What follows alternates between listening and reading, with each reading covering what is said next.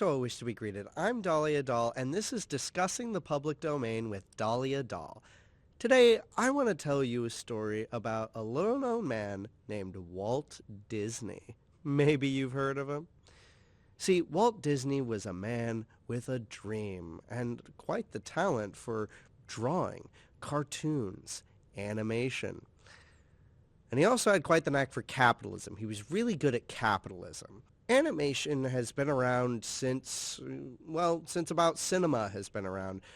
Arguably the first pieces of cinema, like Passage of Venus in 1874 and Sally Gardner at a Gallop in 1878, are animation, as they were just photographs taken in rapid succession that were then meant to be placed in a thing like what we do with animation, like with flip books.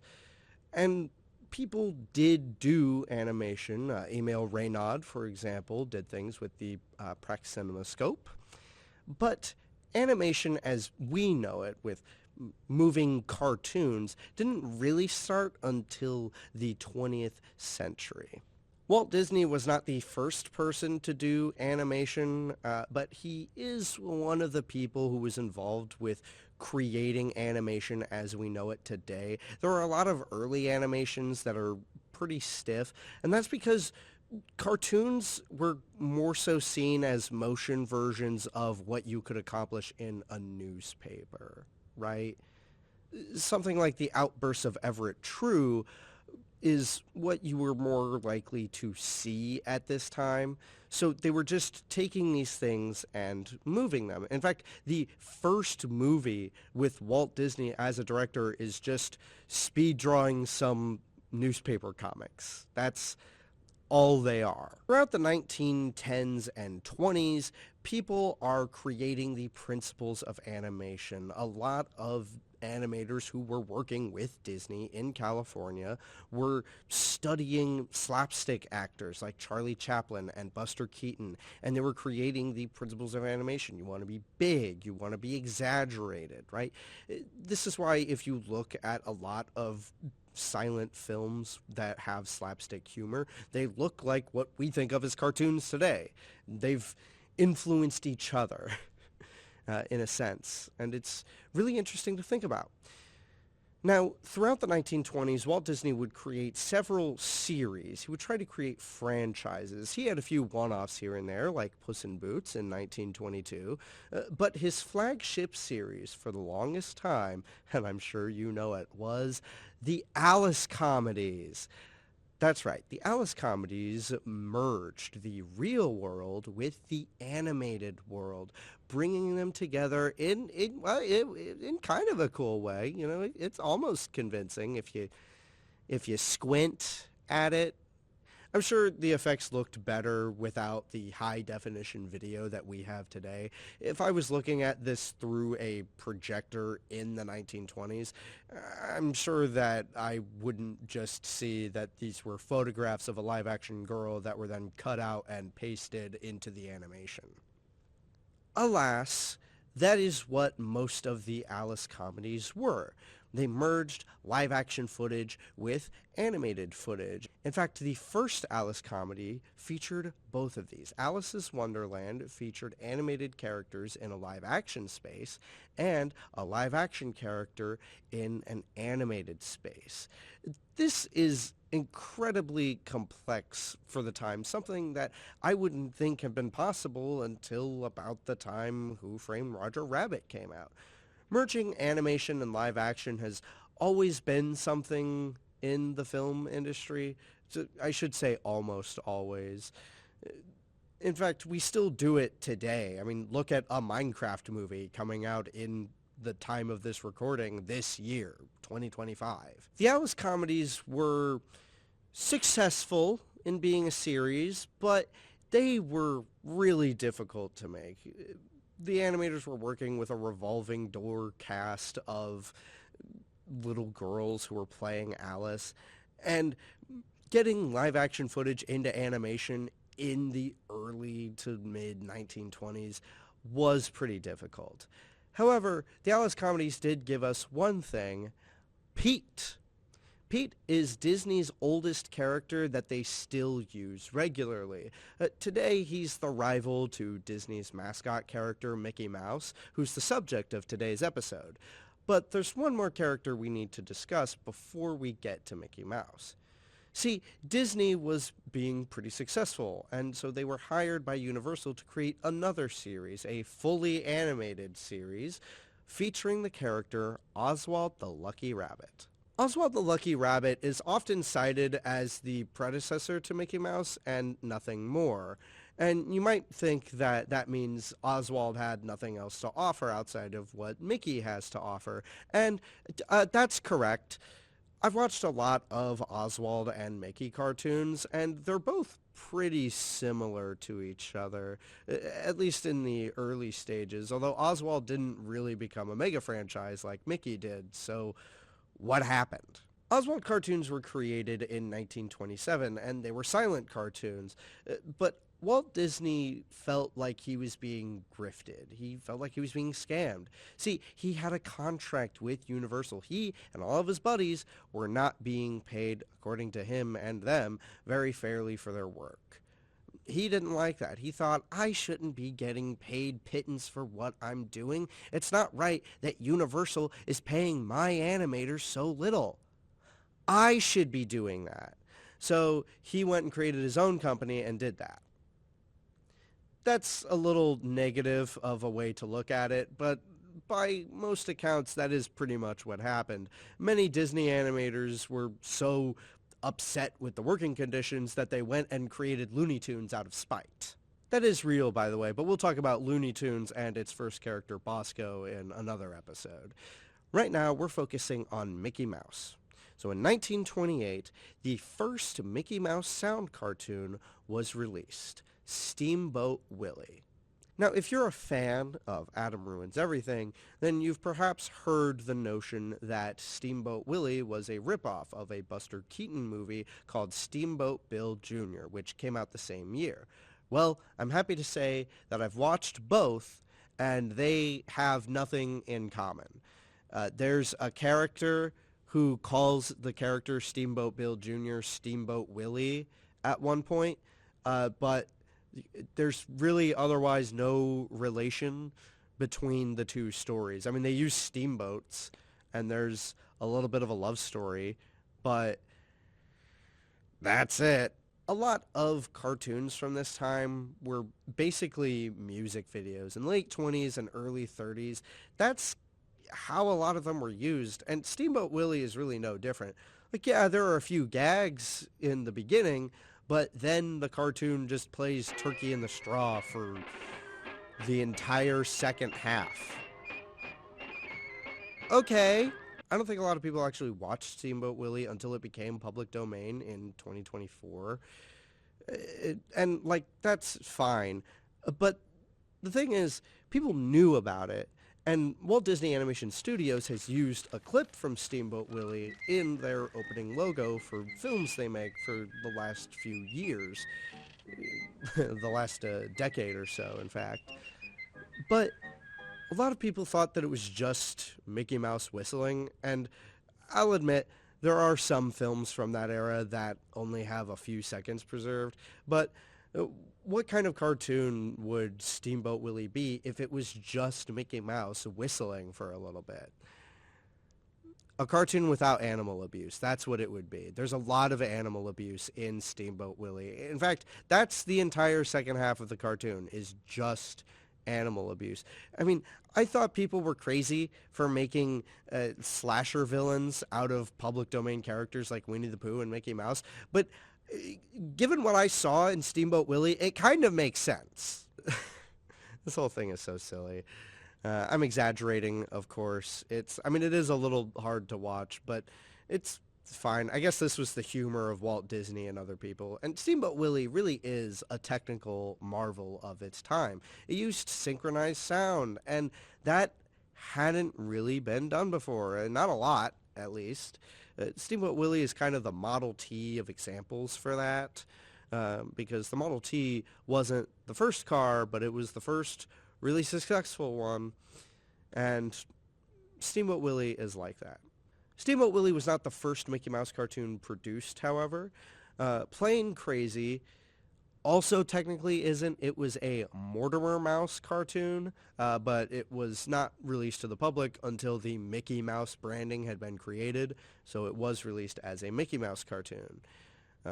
But the other cartoon that was created before Steamboat Willie, but released after, was the Gallopin' Gaucho. This was somewhat of a parody of a movie that was actually out at the time called The Gaucho. It was a cowboy movie, and that's all I really know about it. I mean, The Galloping Gaucho isn't as important of a Mickey Mouse cartoon as Steamboat Willie is. In fact, Steamboat Willie, in terms of shaping Mickey Mouse canon, is really important for only a couple reasons. It had both comedy and music, both of which were represented in Mickey Mouse cartoons to come for a very long time. It created Minnie Mouse, Mickey Mouse's love interest for ever, and it used the character Pete, Mickey's rival, a character who is always, if not almost always, antagonistic to Mickey Mouse in some way, regardless of which side of the tracks they're supposed to be on. There's a cartoon later in Mickey Mouse canon in which he's a prisoner and Pete is the warden, despite seemingly that's supposed to be the other way around. 1928 was a great year for Mickey Mouse as it was the year of his creation, and it showed that the character had a lot of staying power. This would prove to be very true in 1929, when Disney would make many, many more cartoons featuring the character. 1929 saw a refinement of the Mickey Mouse art style. It's closer to what you see in the 30s, especially as you go on.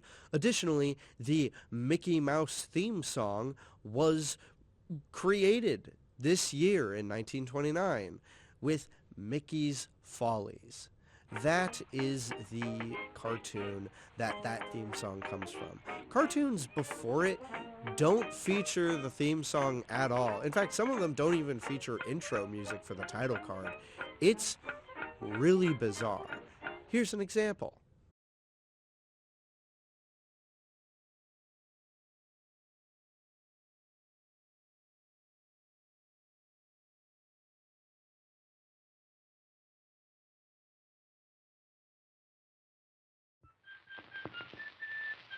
I know, right? That was awkward.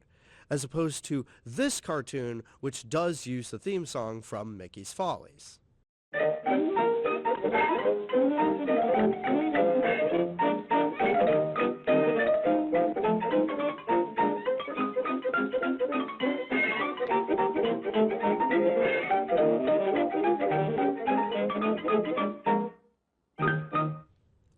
Mickey's Follies is a category of cartoon that I've never thought about before. And it's not like with animation, like how there are different genres of animation like Rubber Hose and anime. No, this is a type of cartoon that I have seen almost exclusively in this era of animation. The Cabaret cartoon. I'd like to say that Mickey Mouse pioneered this, but there are also a lot of early Looney Tunes that do it, and all of those people were plagiarizing from each other, so who's to say who created what? Cabaret cartoons are almost exactly what they sound like. They're cabarets. I want to say the earliest example, which is pretty literal, is the Opry House.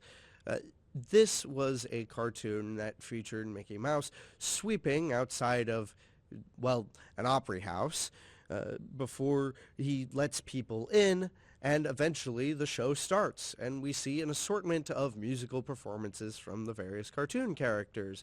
And these performances are tail-ended and preceded by applause from an audience.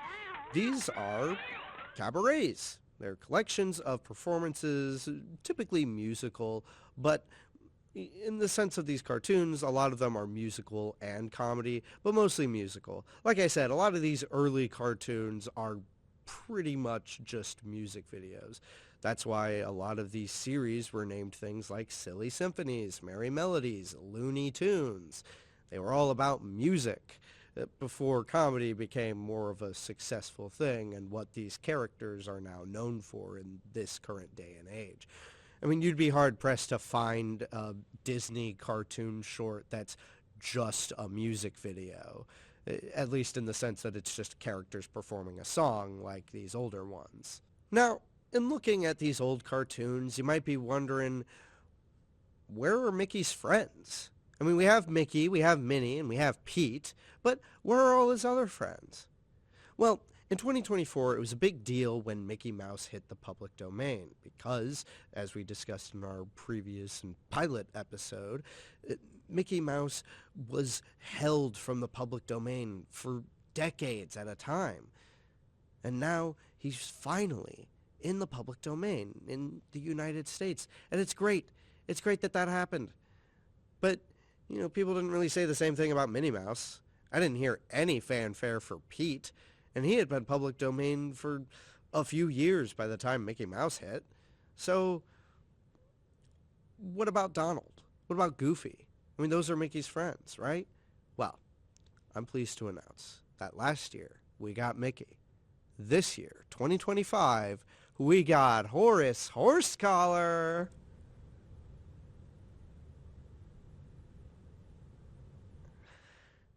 Right, so Horace Horsecollar is a character who appears in this era of animation and then not really after.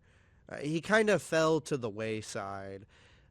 There was a show proposed in like the Disney Afternoon era in which like the explanation was going to be that he was abducted by aliens and that's why he wasn't in cartoons for like 60 years.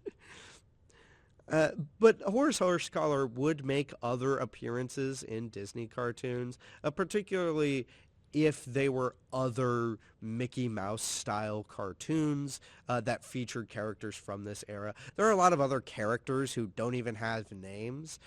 In Barnyard Olympics, there's this wiener dog, and I just think that's interesting that they put a wiener dog in this art style. There's this character who I think is supposed to be Pete, but I don't really know. Pete kind of went through metamorphosis in this time. See, when he was introduced in the Alice comedies as Peg-Leg Pete, he was a bear, but because he was fighting Mickey Mouse, he became a cat. But see, here's how murky copyright was at this time. Universal knew they owned Oswald, and so did Disney. Disney knew he owned Mickey Mouse, and so did Universal. But who owned Pete?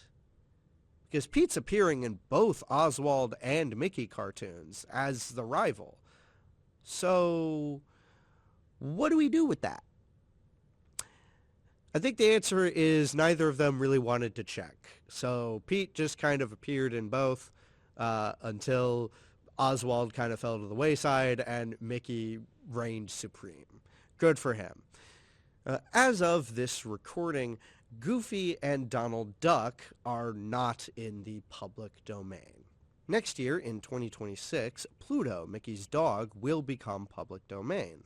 In 2028, Dippy Dog, later to be known as Goofy, will become public domain. And in 2030, so will Donald Duck.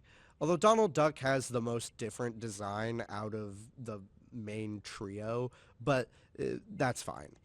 It's really interesting to see how, like, this main gang, this whole cast of characters that are so iconic today, didn't all appear at the same time. I mean, the only Mickey Mouse characters that have appeared together in the same year are Mickey and Minnie. Isn't that crazy? I mean, it makes sense. A lot of cartoon love interests were just girl versions of the male protagonist. But it's still wild to me that Pete, Mickey, Goofy, Donald, and Pluto all show up in different years. And of course, Horace Horsecollar. Who could forget him? I think I might be the only person in the world who cares about Horace Horsecollar. Me and my best friend, who is also hyperfixated on this. But it's really funny. It's a really interesting thing to talk about all of this, to find all of these neat ideas, these stories that have been told with these characters. I find it fascinating anyway. One really fascinating thing is the creation of Goofy. Because we look at Goofy and we're like, oh yeah, he's Goofy, right? He's Dippy Dog. He's just another guy who was created for these cartoons. And we think that now, here in the year of our Lord 2025, we think about that. But the circumstances of his creation are interesting. Remember how earlier I said that all of the cartoonists at the time were plagiarizing each other? That was true. The people who made the original Looney Tunes literally, they were literally told, go to the theater, see what Mickey Mouse is doing, and see if we can make Bosco do that. One of the oldest Looney Tunes that's on the streaming service Max, Smile Darnya Smile, directly plagiarizes an Oswald the Lucky Rabbit cartoon called Trolley Troubles, the first Oswald the Lucky Rabbit cartoon. The fact that this plagiarism was just happening, like someone would animate something and then a few years later someone else would take from it, is crazy to me. The Oswald cartoon Great Guns, also from 1927, was later, you could say plagiarized, you could say recycled in writing only for the Mickey Mouse cartoon, The Barnyard Battle. One's a World War I based cartoon, and the other is the exact same thing. They reuse a lot of visual gags. It is crazy to me that people were just getting away with this.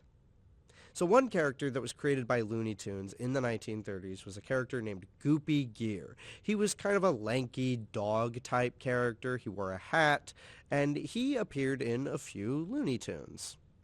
And he played the piano, and he had kind of a fun time. And then Disney, because all those animators knew each other, decided to poke fun at this character with a lanky dog character of their own who was kind of stupid. He also wore a hat, and his name, as opposed to Goopy Gear, was Dippy Dog. That's right.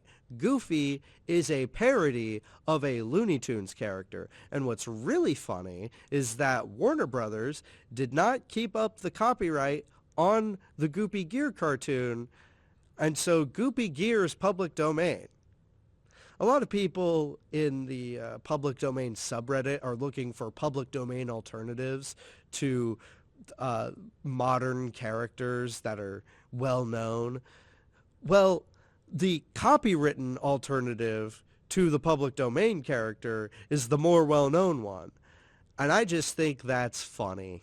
So what does this all mean, right? What is the significance of these Mickey Mouse cartoons from the 1920s?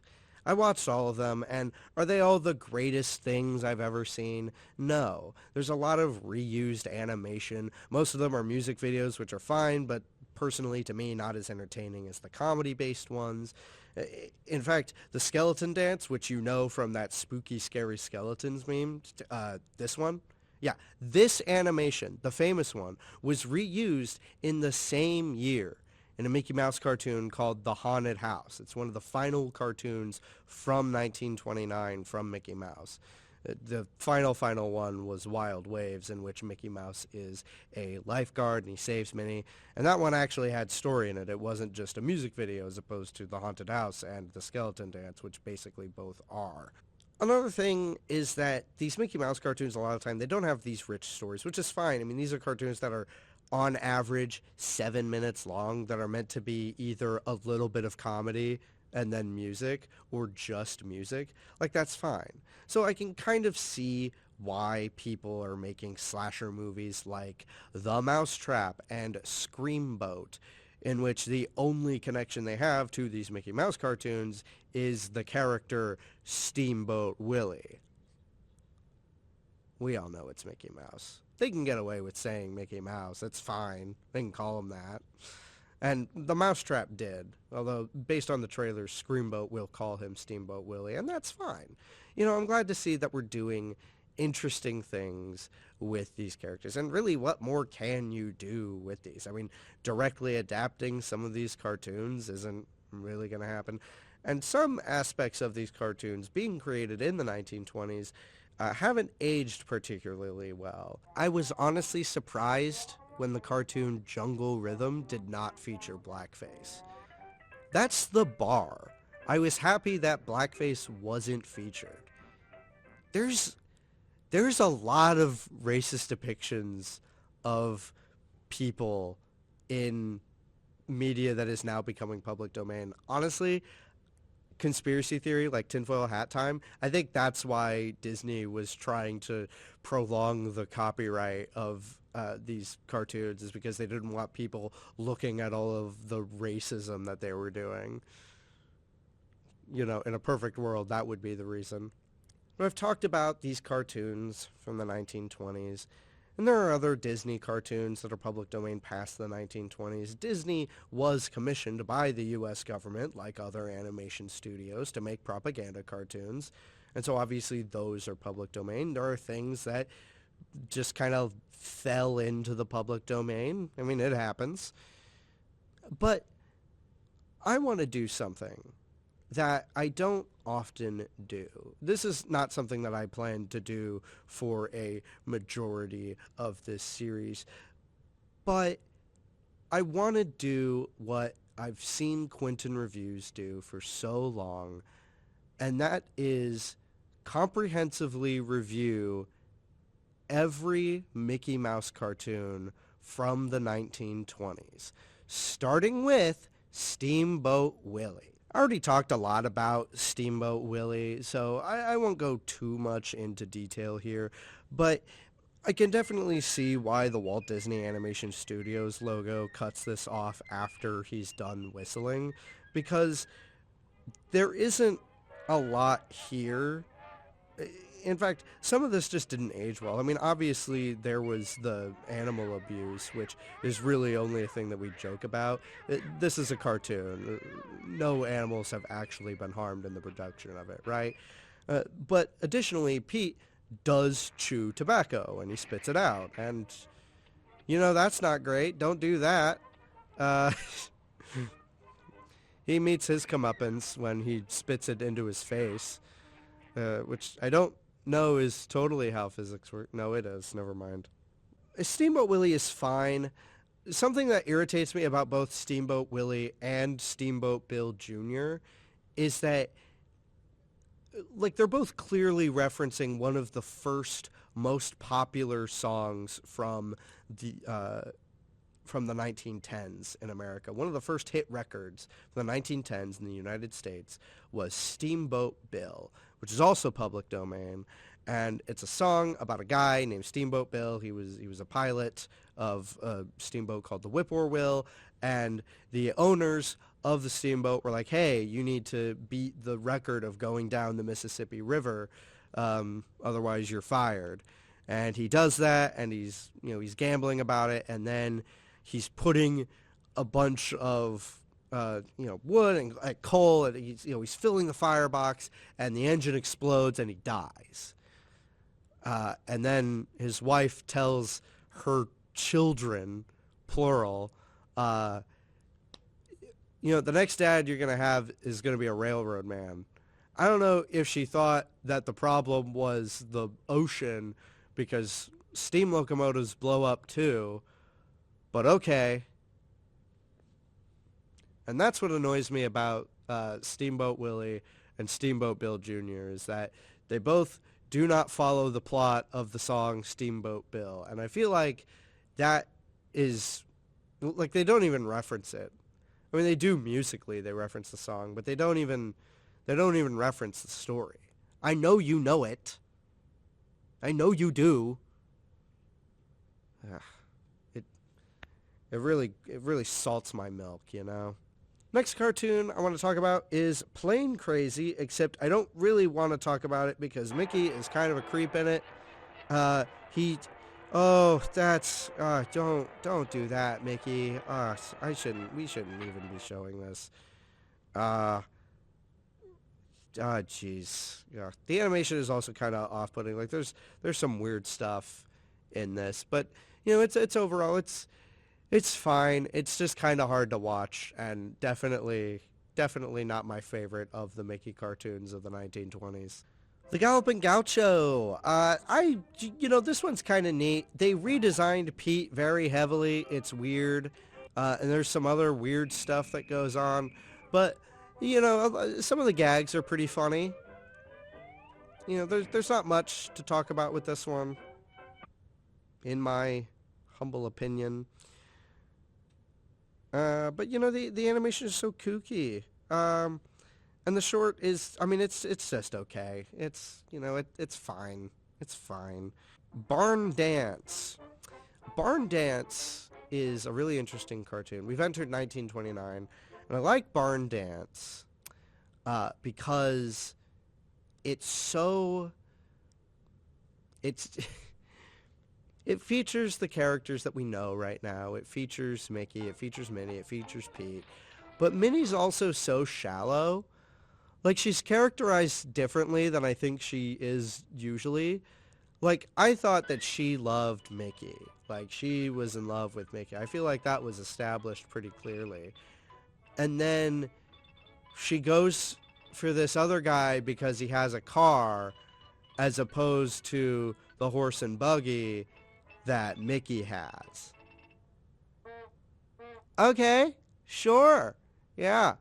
This contradicts a later cartoon that came out in 2013 that was originally posed as a lost cartoon from this era called Get a Horse, in which Mickey and company are all greatly satisfied with the horse and buggy, piloted by Horace Horsecollar. Kind of screwed up that they're doing this with a guy they know, but sure. This cartoon is not public domain. We can use it here because of fair use. But Get a Horse is great, but also they, as much effort as they went to capturing the 1920s of Mickey Mouse, to the point of using Turkey in the Straw, a song that was used in both Steamboat Willie and other Mickey Mouse cartoons. They did this one thing, but at least, I guess this takes place before, or maybe it takes place after. I don't know. It's just kind of weird. Minnie is mischaracterized in Barn Dance, is what I'm saying. Also, Mickey does not know how to barn dance, and I feel like that's something that he should know. I feel like he should not be stepping on Minnie's feet like that. Also, you could have tied that balloon around your waist, Mickey. You did not need to put it in your pants. We already talked about the Opry House, but it is the first of the cabaret cartoons, and that's important. I feel like it was intentionally done this way. Disney didn't have records like Warner Brothers did, because they had Brunswick, and so they used Looney Tunes and Merry Melodies to promote Brunswick records, because they would just use the songs. But Disney didn't have anything like that, so I don't know why they did these music cartoons. Maybe they just thought it'd catch on. Obviously it did, because they made a bunch, but still. The Plowboy, the first cartoon to feature Horace Horsecollar. He's plowing those fields. Yep, he sure is. Mickey's kind of a jerk, though. I'm gonna be completely honest with you. And the cartoon's a little boring. So that's not a good quality for a cartoon to have. I wrote boring down in my notes. That's not good. Don't do better. The Carnival Kid, 1929. Also, all of these are 1929. I don't need to tell you that these are 1929. This is cited as the first cartoon where Mickey Mouse speaks, and that's kind of true. He does. He makes noises in Steamboat Willie. But he has actual sentences in The Carnival Kid, and he sounds like this. Hot dog, hot dog, hot dog, hot dog. That's not what Mickey Mouse sounds like. He sounds more like his modern voice in Steamboat Willie. Just for comparison, here's Steamboat Willie. And here's what he sounds like with his current voice actor. Aw. Right? That's... What? Yeah, this, I mean, it's fine, but the hot dogs are alive, and that is very uncomfortable to think about. Living food makes me uncomfortable in general. I hated Sausage Party for that reason, among others. I'm going based on the order these appear in Letterboxd. I think I said Wild Waves was the final cartoon of 1929, but Wild Waves is the next one on here, so that's here. The point is that these are all cartoons from 1929. Anyway, there was some legitimately good action in this, but it felt like there was a lot of padding in this cartoon. There's a bunch of looped and reused animation throughout, and I'm not really a big fan of when these older cartoons are taken up by a music video for a significant portion, but they were. This one was, and like, I don't know, it happens. It's just another one. A lot of these start to blend together. That's why I have to look at my notes just to remember which was which. But I liked the water. Good water. Mickey's Follies. We finally got a theme song. I've started to come around to the cabaret-style cartoons. They're fun. It's where the iconic theme song comes from. Minnie's Yoo-Hoo, which is the name of another song that was used in the Mickey Mouse Club. That premieres in this cartoon. In fact, there's a cartoon later down the line that is called Minnie's Yoo-Hoo that was created for the Mickey Mouse Club, but it wasn't. It was just a snippet from Mickey's Follies. The Skeleton Dance is not a Mickey Mouse cartoon, but I felt it was worth mentioning because, Disney made it, and the animation gets reused later in a Mickey Mouse cartoon. And I think a lot of people know it. Like, of the miscellaneous Disney cartoons that aren't, like, from a series or adapting something. Like, I feel like the Skeleton Dance is the one that a lot of people know because of its use with spooky, scary skeleton memes. So that's fun. Mickey's Choo Choo. Eat your heart out, Reverend W. Audrey. We got living locomotives already. Mickey's Choo Choo. There's not a lot that happens in this one either. They reuse a little bit from Trolley Troubles, in which there's a runaway car. And of course, that gets reused in Smile, Darn Ya Smile. It's not as much, but it is there. The runaway train car. Ooh. Mickey has to save Minnie again. Chaos ensues. The car breaks. It's fine. There's a lot of music in this one too, but it seems mostly story-oriented. And so that's fun. Although one thing that I will never understand about these older Mickey Mouse cartoons is how they animate wheels. Because most of the time, they animate wheels like their feet. They animate them walking. Why do you... You don't need to do that, Walt. They're wheels. They roll. Mickey's Steamroller from 1934. Fortunately, the steamroller doesn't act like legs, but, too little too late, Walt. The locomotive is quite expressive, though, and I'm a big fan of that. I'm a big fan of big, expressive characters. The Jazz Fool is another cabaret cartoon. It's another music video, and it's a great example of how these cartoons will make anything into an instrument, like a piano. No, I'm referring to this scene in the cartoon, obviously, where this character uses their dentures. I assume that's actual teeth, but they come out, so they must be dentures. The Jazz Fool is a fun cartoon. I like the music, but the piano biting Mickey's behind I felt was unnecessary. Although Mickey abusing the piano was also unnecessary. I'm starting to think that Mickey can only make music if he is being violent. And the only time he makes music in a non-violent way is when he himself is the instrument. like when he's whistling, or if he's using his tail as the instrument. What the heck, Mickey? Jungle Rhythm is another cartoon where Mickey abuses things in order to make music. Like, the piano is fine. That's a quote-unquote inanimate object, although it was obviously animate in this cartoon. But, like, there's more animal abuse. What? I have a question. Cut back to me. I have a question. What is the difference between an animal and what Mickey Mouse is?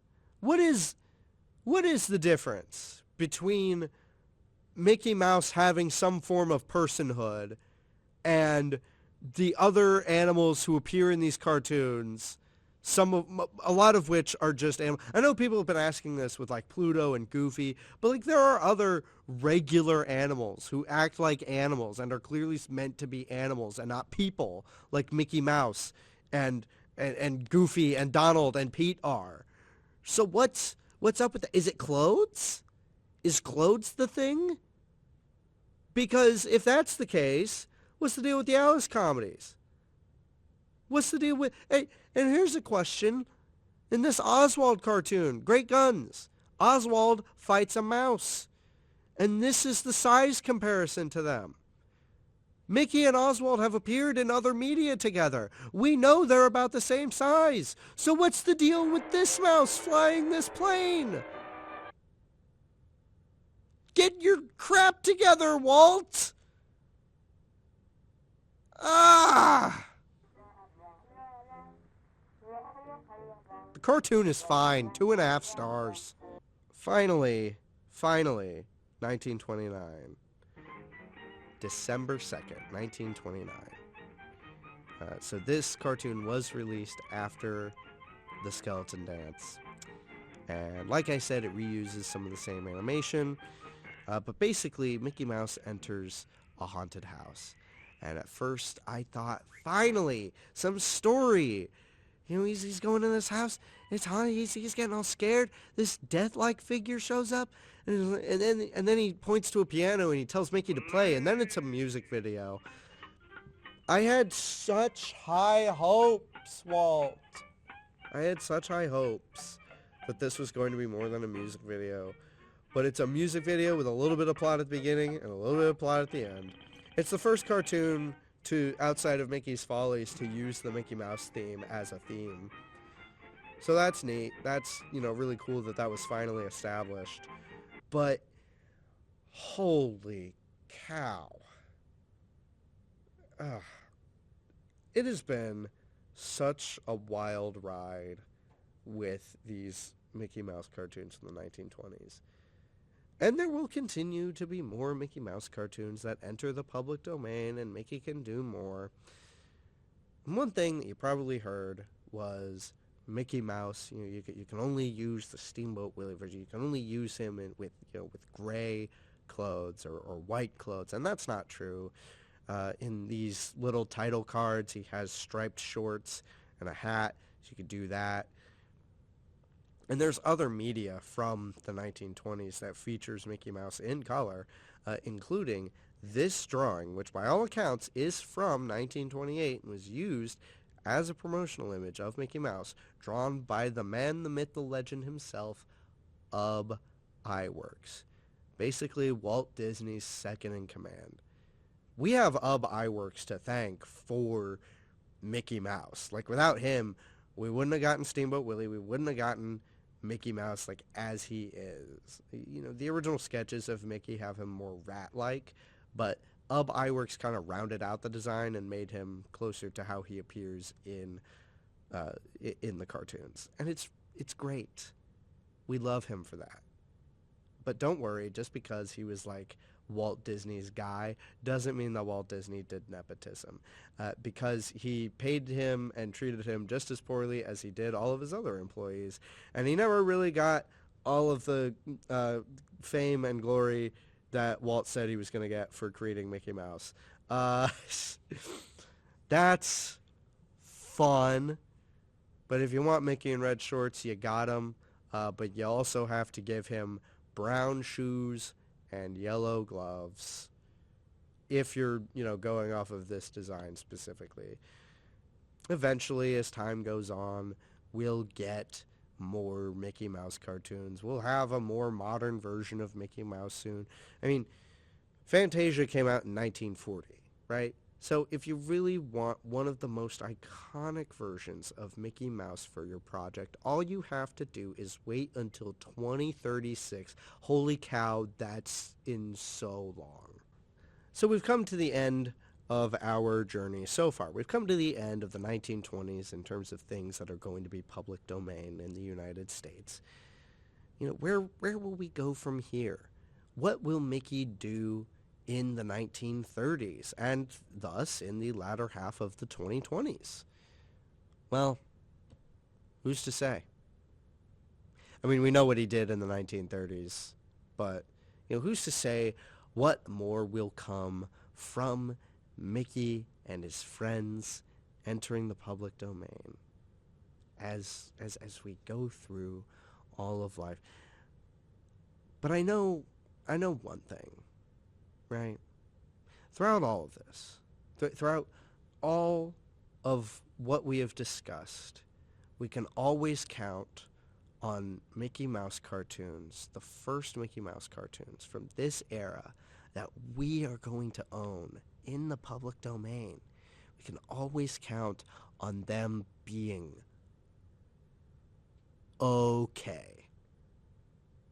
Bye!